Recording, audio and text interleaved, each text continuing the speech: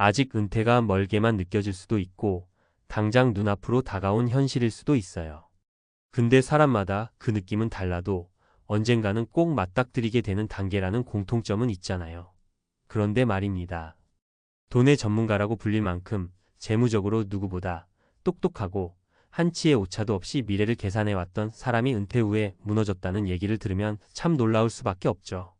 어떻게든 다 준비했을 거라는 인식이 있으니까요. 그런데도 한순간에 모든 게 흔들렸다니 많은 분들이 아니 도대체 어떻게 그럴 수가 있지? 라고 궁금해하실 것 같아요. 저 역시 처음엔 돈이 많으면 준비가 철저하면 편안하지 않나? 라고 생각했던 적이 있어요. 그런데 여러 사례를 접하고 실제 은퇴자들의 얘기를 들어보니까 돈 문제가 전부가 아니더라고요. 오히려 돈을 다루는데 누구보다 밝은 전문가라고 하더라도 은퇴라는 인생의 전환점 앞에서 심리적으로나 생활 패턴 면에서 제대로 적응 못하고 힘들어하는 경우가 꽤 많았습니다. 어쩌면 더 큰 기대와 완벽한 계획이 있었던 만큼 그게 틀어졌을 때의 충격이 더 컸을지도 모르겠어요. 오늘은 바로 그 이야기를 해보려고 합니다. 충격적인 은퇴 스토리에서 우리가 얻을 수 있는 교훈은 무엇인지, 또 그 교훈을 어떻게 우리 삶에 적용할 수 있는지 사례를 통해 살펴볼게요. 은퇴를 준비하는 분들, 이미 은퇴해서 은퇴 후 임하게 적응하려 애쓰는 분들 모두에게 조금이라도 도움이 되었으면 좋겠습니다. 1. 돈의 전문가가 무너진 이후 예상치 못한 외로움과 정체성 혼란. 먼저 한 돈의 전문가 A씨 이야기를 해볼까요? A씨는 30대 초반부터 재무 설계사로 일하면서 누구보다 일찍 경제적 자유를 이루었어요. 주변에선 저 사람은 은퇴 걱정 전혀 없겠다라고 할 정도였죠. 실제로 목돈도 있고 투자 포트폴리오도 다양하게 구축해놨고 부동산이나 주식, 채권까지 리스크 분산도 잘해놨다더라고요. 그렇게 50대 후반쯤에는 더 일하지 않아도 될 만큼 부를 쌓고 미리 퇴직을 선언했어요. 모든 사람이 부러워하는 상황 아니겠어요. 퇴직이 결정된 순간엔 이제부터는 내 취미도 즐기고 가족들도 더 자주 보면서 여유 있게 살아야지라고 즐거운 꿈에 부풀었대요. 하지만 현실은 달랐습니다. 가장 큰 문제가 외로움이었어요. 오랜 시간 동료, 거래처 사람들, 고객들과 함께 치열하게 달리면서 본인 일 잘하는 재무 전문가라는 정체성이 확고했죠. 매일 아침 일어나서 누군가와 통화하고 상담하고 투자 전략 세우고. 이게 A씨 삶의 전부였던 거예요. 은퇴하니까 그 루틴이 싹 사라져 버렸습니다.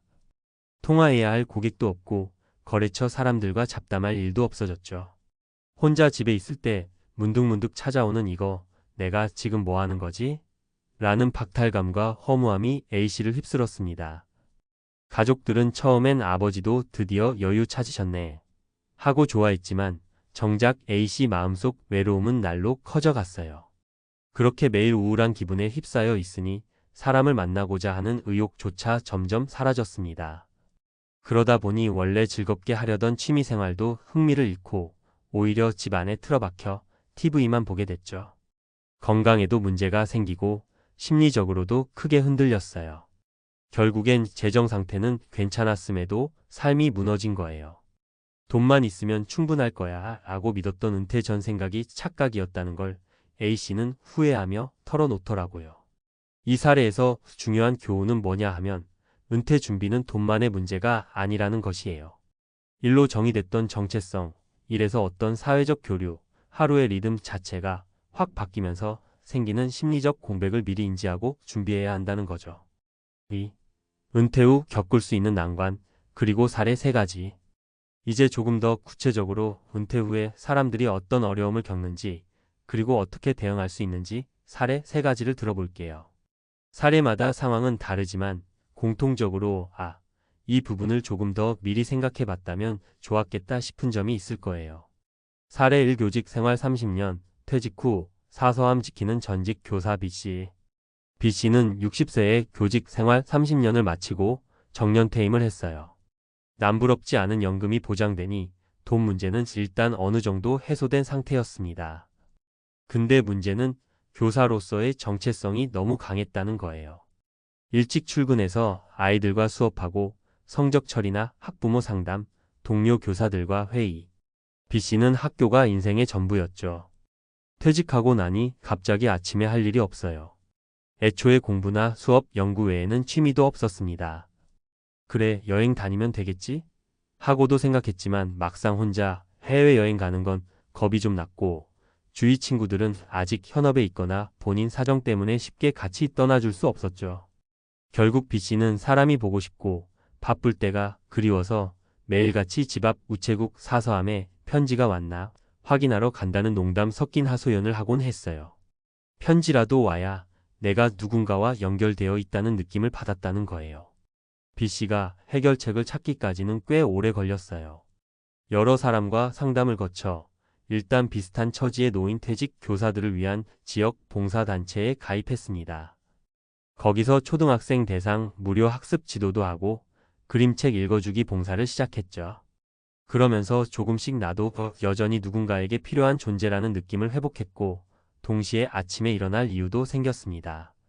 이런 작은 계기가 B씨 삶을 다시 활기차게 바꿔놓게 된 거죠.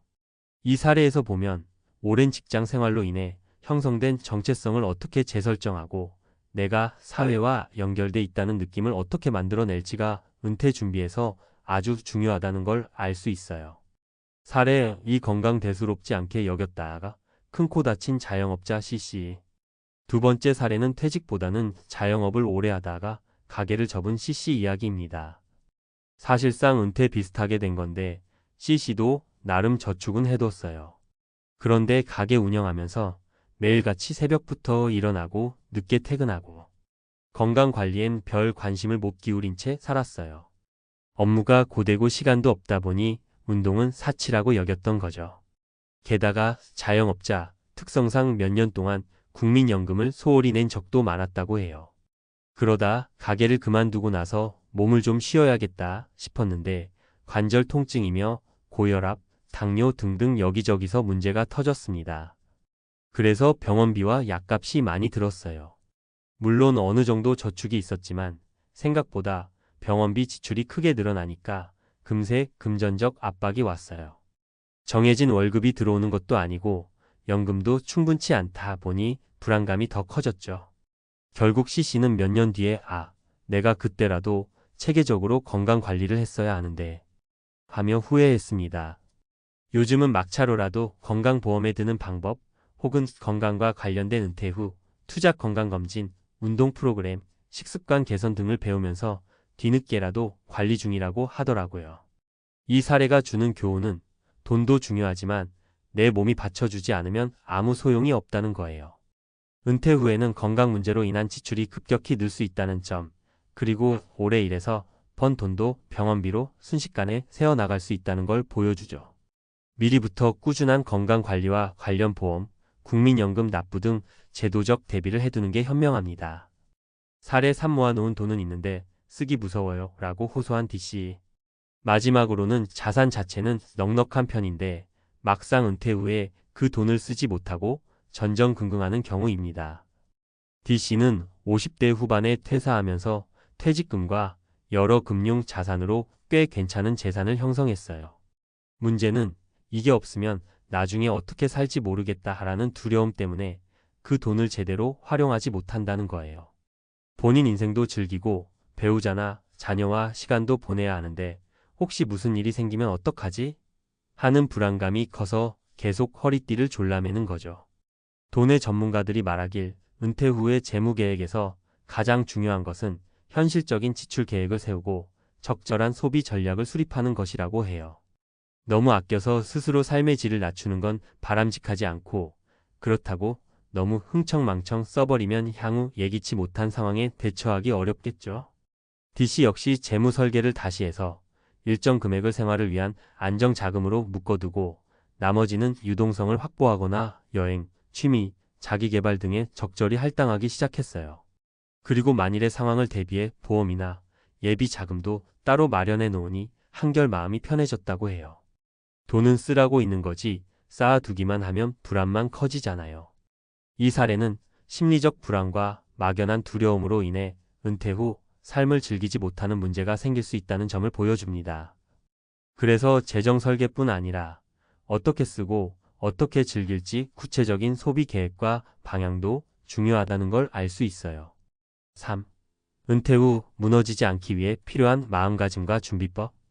여러 사례를 종합해보면 은퇴 후 무너졌다고 표현하는 건 단순히 경제적인 파산만을 의미하는 게 아니라는 걸 알 수 있어요.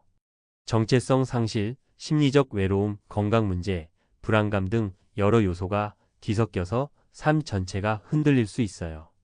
그렇다면 어떻게 해야 이런 문제를 덜 겪을 수 있을까요? 정체성을 일에서만 찾지 않기. 현직에 있을 때부터 취미나 관심 분야를 조금씩 찾아보는 게 좋아요. 꼭 거창한 취미가 아니어도 돼요.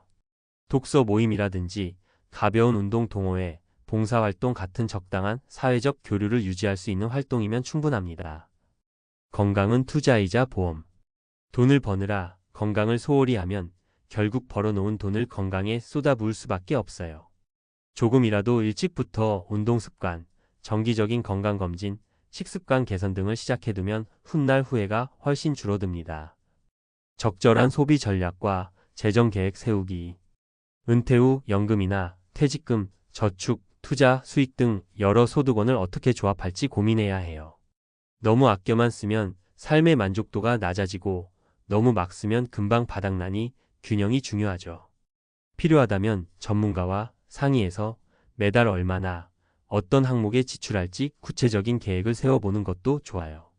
사회적 연결 유지하기. 지인, 가족, 친구들과의 모임, 커뮤니티 활동 등을 지속적으로 만들어가는 노력이 필요합니다. 은퇴하면 회사나 사회로부터 스스로 단절된 느낌을 받기 쉬우니까요. 다른 사람들과 소통하고 교류하는 과정에서 나도 여전히 가치 있는 사람이다 라는 자존감을 찾을 수 있거든요. 새로운 목표나 도전 찾아보기. 은퇴했으니 끝이 아니라 그동안 바빠서 못해본 것들을 하나씩 시도해 보세요.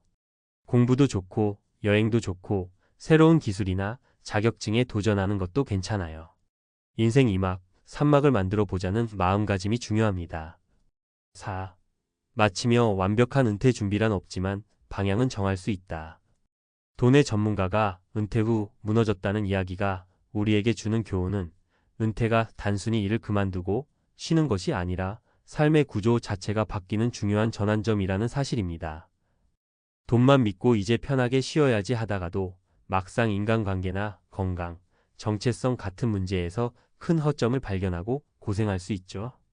우리는 100세 시대를 살고 있고 은퇴 후에도 2030년을 더 건강하고 의미 있게 살 수 있는 가능성이 열려 있어요. 그러기 위해서는 퇴직 전부터 혹은 지금부터라도 은퇴 이후 내 삶을 미리 그려보고 경제적 준비와 더불어 심리적, 사회적, 건강적 대비를 병행해야 합니다. 완벽한 은퇴 준비라는 건 사실상 존재하기 어려울 거예요. 인생이 늘 예측대로만 굴러가는 게 아니니까요. 하지만 적어도 방향을 잡고 조금씩 실천해 나가면 은퇴를 두려움이 아닌 또 다른 기회로 맞이할 수 있지 않을까요?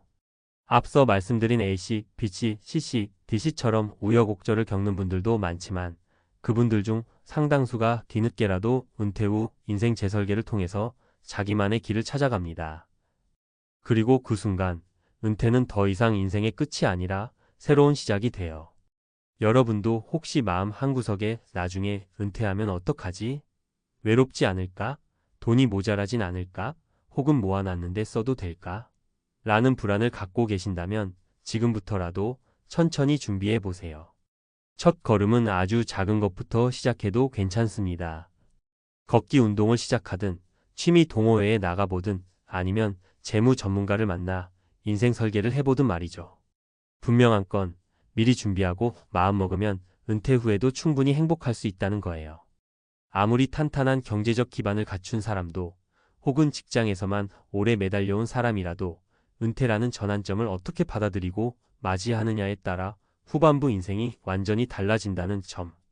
이 점을 꼭 기억하셨으면 좋겠습니다.